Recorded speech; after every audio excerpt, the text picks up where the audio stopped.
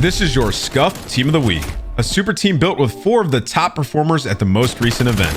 These players were selected by the league, and one was selected by a fan vote. Stick around to the end to find out who made the team. First up, it's Insight of the Toronto Ultra.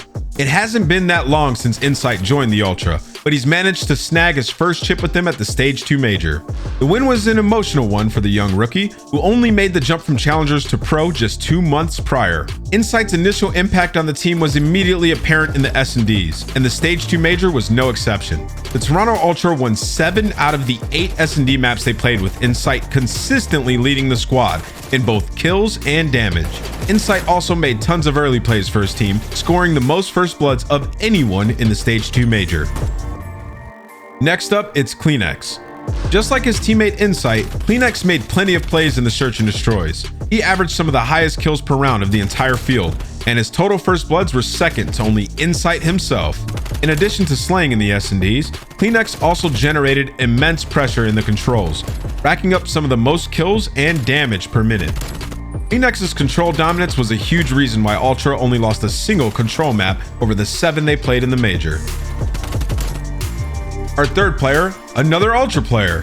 Vance was an absolute menace throughout the Stage 2 Major. His games were strong across the board, but there were 2 series in particular where he really popped off. When Toronto got knocked to the losers bracket, it must have lit a fire in Vance because the guy dropped a massive 1.51 versus the LA Thieves to send them packing. Vance kept the pressure up throughout the team's run through losers bracket, and once he made it to finals, he really turned it up. Vance had a monster performance versus the Atlanta FaZe. Across 8 maps, Vance won a combined total of 134 and 93 for a finals KD of 1.44. And finally, selected by fan vote, is the 4th and final member of the Toronto Ultra, Cammy.